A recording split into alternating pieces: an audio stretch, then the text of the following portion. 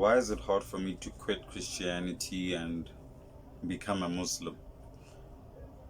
Many people have asked this in the comments. Why not just convert? Why are you still a Christian? Why are you not a Muslim yet? Okay, I want to answer that question. It's hard because throughout my life I've been a Christian. Throughout my life I've called upon the name of Jesus. I've revered Jesus as God. I have worshipped Jesus as God, and it's very hard for me to move away from that. Yes, I've seen the truth. Yes, I've seen what the Quran is saying. Yes, I've watched a ton of videos on Islam. Yes, I've watched a ton of videos suggesting and speaking that Jesus Christ is not God and we should worship only one God, which is Allah subhanahu wa ta'ala, and He's the only one, the most merciful, the most gracious. I know all of that, but it's hard for me to move away from the fact that I have called upon the name of Jesus as God, and many things have happened. One of these things I'm about to tell you right now. This happened in the year 2019. I was with my girlfriend at the time, and it was a Tuesday night. We were sleeping in the same bed, okay? We were sleeping in the same bed, literally sleeping next to each other on the same bed. And this happened. I don't know whether to call this a vision or whether to call this a dream, but it was real. This was real. It wasn't fake. It happened. I was in this dark room with only one light at the door, and that light was at the top of the door. It was like a window of some sort. That was the only form of light that was there. That was the only form of light that I had in the room. It was dark, pitch black. There was no furniture in that room except a bed. No furniture in that room except a bed that had bars on the sides. You know those old beds with those steel beds, the old ones? It was those type of beds with an old mattress, a dirty mattress. A very dirty mattress, a very dirty blanket. And there was a figure in there. There was a being in there. There was I don't know whether to call this a person or whether to call this an animal of some sort, but it had two legs, two arms, it had a head, it had a mouth, it had eyes, it had a nose, it had hair, but it was the ugliest thing I've ever seen, and it was a female. It was a female deity the way I saw it. It was a female figure. And this figure was choking me while I tried to go to the door and leave. It was choking me, and it had strength of Goliath, it had the strength of Hercules, it had the strength of Black Adam and Superman combined. I couldn't do anything. And this figure was telling me, you will never leave this place. This figure was telling me, you will never leave this place. You won't go. You will never leave this place. You are here forever. And I remember at that moment, I thought it was just a dream. And I wrestled with it. And I broke loose and I ran to the door. And when I got to the door, I woke up. Literally woke up. Have you seen The Undertaker? How he wakes up in the ring? That's what I did on the bed. I woke up literally and sat up like this. Looked at my girlfriend. She was fast asleep. And within 2 seconds, I fell back down. Just like I'm showing you right now. I fell back down to the bed.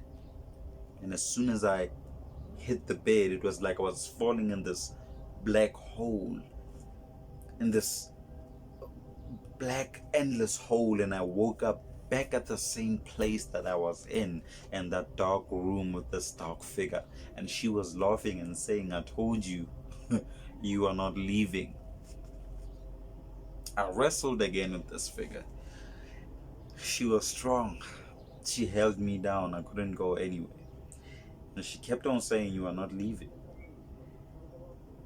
And I remember at that moment I had nothing to do. I thought it was over. But then I remembered the name of Jesus.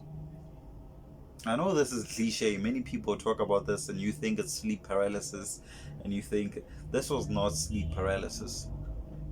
This is real. This happened to me. This happened to me. And I called upon the name of Jesus.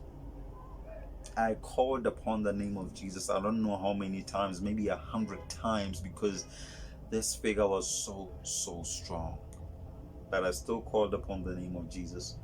And I grabbed her arms because she was choking me. I grabbed her arms and I kept on calling the name of Jesus Christ. Kept on calling the name of Jesus Christ. I kept on calling the name of Jesus Christ. And her grip was being loosened bit by bit. Her grip was being less strong. It was becoming weak as I called upon the name of Jesus Christ repeatedly until I broke loose. Until I was able to just throw her hands away from my neck and my face and my body. And as soon as I did that, I ran back to the door. And as soon as I got to the door, I woke up again the same kind of way that I woke up. But right now I was sweaty when I woke up. I was screaming when I woke up. And my girlfriend finally woke up, and my neck was hurting as well. And as soon as she woke up, I was angry at her because I'm like, I was dying and you didn't help me. Why didn't you help me? And she was like, I heard nothing. I saw nothing. I didn't even notice what was happening to you. And then I woke up. I remember going to the sink and pouring myself some water and drinking that water and thinking to myself, what if I never woke up? What if I didn't call upon the name of Jesus Christ? What would have happened? Would I have been dead? Would I have been there even right now as I'm speaking to you, and my body would be buried in a grave? I thought about that and I asked myself that. And that's when I saw that the name of Jesus Christ is actually a big name. The name of Jesus Christ, it is a name that really holds ground and holds water. It holds a lot of power. Whether he's God or he's not, but I know what that name has done for me. It saved me that day. That day it really came through and it made wonders for me. And that is why it's hard for me to move away from Christianity and move away from believing in Jesus Christ as God, because I don't see how God would have saved me if this name wasn't his name.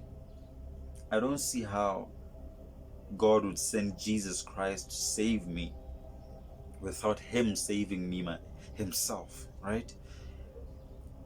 Therefore, it's hard for me to not believe that Jesus Christ is God because of that experience. I'm not denying the evidence. I'm not denying the truth that I see. But I'm saying this experience has made it really hard for me to move away from Christianity, to move away from believing that Jesus Christ is God. And that is what I wanted to say to you. That is what I wanted to disclose to my subscribers, that I really do want to convert to Islam, but I need more time. I need more time to find more research, to get more experiences. Yes, I've seen many signs that I should maybe be a Muslim. I've seen many signs that I should probably convert to Islam. I've seen many signs. Like I showed you the other day. There's a video right here on YouTube that I posted that I always had a Muslim prayer mat, but I didn't know it was a Muslim prayer mat. Even years back, I had friends who were Muslim, friends who had the Quran in their rooms, and I would ask, what's that? Tell me it's the Quran. And I would just see a thick, beautiful book with a cover, beautiful cover, but I would be like, nah, that's not for me.